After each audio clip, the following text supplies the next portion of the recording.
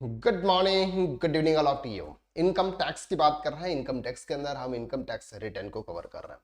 Previous lectures में हमने ITR 4 को कवर किया था, जिसमें सेक्शन 44 एडी किस तरह से, सेक्शन 44 एडी के थ्रू आप आईटीआर 4 किस तरह से फाइल करते हैं, ये हमने प्रीवियस क्लास में देखा था। अगर आपको आईटीआर 4 का कंप्यूटेशन अगर आपको प्रिपेयर करना है तो आप किस तरह से करेंगे वो आज हम इस लेक्चर्स के अंदर देखें। साथ में आप बैलेंस शीट किस तरह से प्रिपेयर करेंगे वो भी आपको यहाँ पर दिखाना होगा। नेम ऑफ एसएससी आ जाएगा, उसका पेन नंबर, उसका एड्रेस, ये नॉर्मल डिटेल्स जो इसकी जनरल इंफॉर्मेशन के अंदर होती है वो इंफॉर्मेशन आपको यहाँ पे प्रोवाइड करनी है। दूसरा, अगर उसकी इनकम इनकम फ्रॉम सैलरी से हो रही है, इनकम फ्रॉम सैलरी से हो रही है तो आपको यहाँ पे लिखना है income from salary, section salary as per section subsection 1 2,40,000 और डिडक्शन अंडर सेक्शन 10। तो यहाँ पर आपको 50,000 रुपीज का डिडक्शन मिलता है, तो टोटल आपकी इनकम सैलरी से हो जाती है 1,90,000। ठीक है। इसके बाद प्रॉफिट एंड गेन्स पर बिजनेस एंड प्रोफेशन, तो यहाँ पर टोटल सेल्स आपका आ जाता है sir 40 lakh rupees.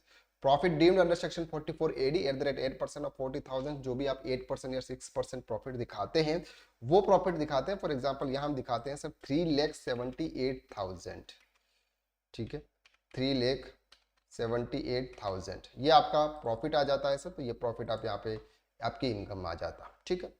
Income from other sources में आपकी ट्यूशन फीस आपने यहाँ पे लिखी है, सेविंग बैंक इंटरेस्ट आपने यहाँ पे लिखा है, तो टोटल 1,22,500 आपकी सेविंग बैंक अकाउंट यानी कि इनकम फ्रॉम अदर सोर्सेज है। यहाँ पर हाउस प्रॉपर्टी का कोई भी रोल नहीं है, हम पहले भी कर चुके हैं कि अगर सेल्फ ऑक्यूपाइड प्रॉपर्टी है तो इंटरेस्ट का डिडक्शन आपको नहीं मिलता है, इसलिए यहाँ पर उसका कोई भी रोल नहीं है, इसलिए हम इस हेड को कवर ही नहीं कर रहे हैं। ठीक है। तो टोटल इनकम आपकी आ जाएगी, ये आपकी नेट सैलरी इनकम आ गई, ये नेट इनकम आ गई, ये नेट इनकम, तो ग्रॉस टोटल इनकम आपकी आ गई। यहाँ पर ये तीनों को हम ऐड करते हैं, ग्रॉस टोटल इनकम आ जाती है। अब इसमें से अगर हम लेस डिडक्शंस की बात करें तो डिडक्शंस हमें कुछ नहीं मिलता है, तो ये हम यहाँ पर कर देते हैं सर 0 0, क्योंकि ये डिडक्शंस हमको कुछ भी नहीं मिलता है। ठीक है। ये डिडक्शंस हमें क्या होता है सर, कुछ भी नहीं मिलता, इसलिए डिडक्शंस क्या हो जाता है आपका यहाँ पे 0 0। ठीक है। तो आपकी इनकम कितनी हो जाती है 6,90,500। अब इसके ऊपर आपको क्या करना है सर, टैक्स कैलकुलेट करना है। तो यहाँ पर आपका जो टैक्स का अमाउंट बनता है, तो टैक्स का अमाउंट कैसे लिखते हैं सर, टैक्स 0 से लेके 3,00,000 रुपीज जीरो टैक्स है। 3,00,000 से जो यानी कि कितना टैक्स है सर, 0 टैक्स है। ठीक है। 3,00,000 टू 6,00,000 5% का टैक्स है, तो ये आ जाता है सर आपका 12,500। ठीक है। और 6,00,000 टू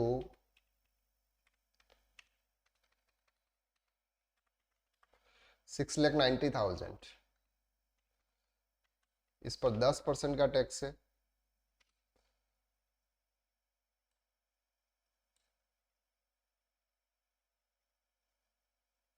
ठीक। तो 10% का टैक्स है, तो यहाँ पर 90,500, 90,500 इंटू 10%, तो ये आ जाता है सर 9,050। ठीक है, 9,050।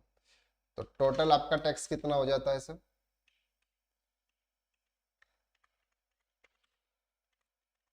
टोटल टैक्स दोनों को आप ऐड करेंगे,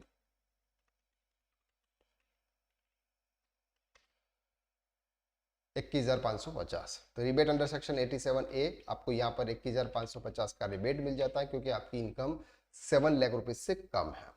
ठीक है। तो यहाँ पर सर आपका ये आ जाता है, तो टैक्स रिफंडेबल या पेएबल अमाउंट इज 0। तो इस तरह से आप कंप्यूटेशन प्रिपेयर करते हैं किसी भी क्लाइंट का। ये नॉर्मल कंप्यूटेशन आप इस तरह से प्रिपेयर करेंगे, इसका ये हम आपके साथ में शेयर कर लेंगे, आप ऐसे डाउनलोड कर सकते हैं, डाउनलोड करके आप इसको यूज कर सकते हैं। अब बात कर रहे हैं कि अगर उसकी बैलेंस शीट अगर आपको बनानी है, तो बैलेंस शीट्स बनाने के लिए यहाँ पर उस पर्सन का नाम आएगा। जैसे फॉर एग्जांपल हम बात कर रहे हैं रमेश कुमार की, तो रमेश कुमार उसका जो बिजनेस होगा उसका नाम भी यहाँ पर लिख सकते हैं, balance sheet at the year ठीक है, एट द ईयर 2023 2024 या 31 मार्च भी आप लिख सकते हैं। ठीक है,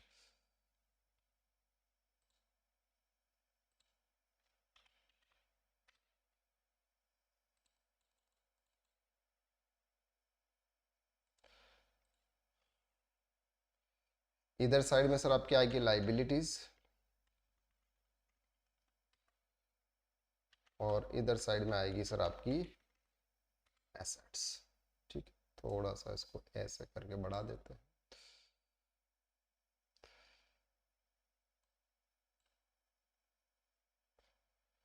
अब एसेट्स में आपको यहाँ पे लिखना है फिक्स एसेट्स।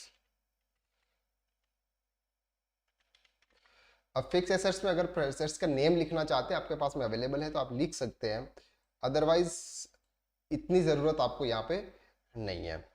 तो यहाँ पर सर हमने एसेट्स के नेम लिख दिए। एसेट्स का यहाँ पर आपको अमाउंट एंटर करना है, तो यहाँ पर सर हम अमाउंट एंटर कर लेते हैं। फॉर एग्जांपल हमने देखा था कि आपका 5 लाख रुपीज़ का एसेट्स है। इसके बाद आपको यहाँ पे लिखना है सर लोन्स एंड एडवांसेस। तो ये आ जाता है फॉर एग्जांपल 1 लाख रुपीज़ आपका लोन्स एंड एडवांसेस है। इसके बाद हम यहाँ पे लिखेंगे सन्ड्री डेटर्स,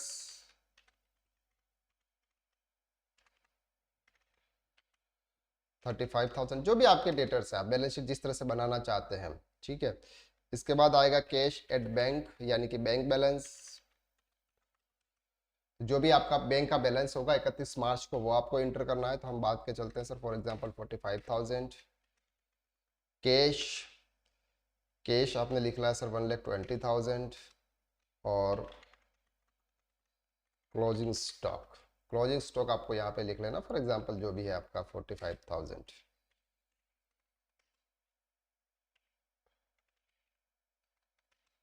ठीक है, इधर साइड आपको लिखना है यहाँ पे लोन्स एंड लाइबिलिटीज। अगर आपकी कोई लोन है, सिंपल इस तरह से आप यहाँ पे बैलेंस शीट्स बनाएंगे। इसको आपको यहाँ पे थोड़ा सा ऐसे बड़ा कर देना है ताकि ये फिगर आपको यहाँ पे ऐसे दिख जाए। इसको अगर आपको यहाँ पे बॉर्डर करना है तो थोड़ा ये वाला व्यवस्थित बॉर्डर करें, डबल वाला, ताकि ये आपका अलग से दिखे। इसको आप सेंटर में कर दें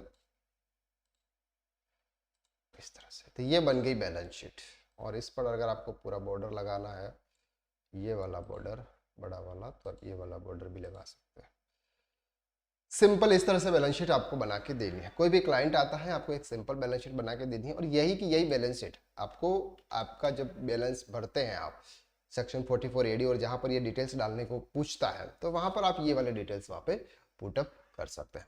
तो इस चीज़ का आपको ध्यान रखना है। आप इस तरह से सिंपल बैलेंस शीट, जो कि हमने एडवांस अकाउंटिंग के अंदर भी समझा था कि बैलेंस शीट कैसे बनाई जाती है, तो ये तो एक सिंपल बैलेंस शीट है। ये तो 11-12 के स्टूडेंट्स को भी अगर बोले तो वो भी बना सकता है। करना क्या है, आपको सिर्फ और सिर्फ ये चीज़ें आपको याद रखनी है और ये करना है। इसका भी फॉर्मेट हम आपको आपके साथ में शेयर कर देंगे, तो आप इस तरह से बैलेंस शीट बना सकते हैं। ठीक है, ये हमने देखा सर कंप्यूटेशन। आप कंप्यूटेशन किस तरह से बना सकते हैं, ये एक सिंपल कंप्यूटेशन था ये।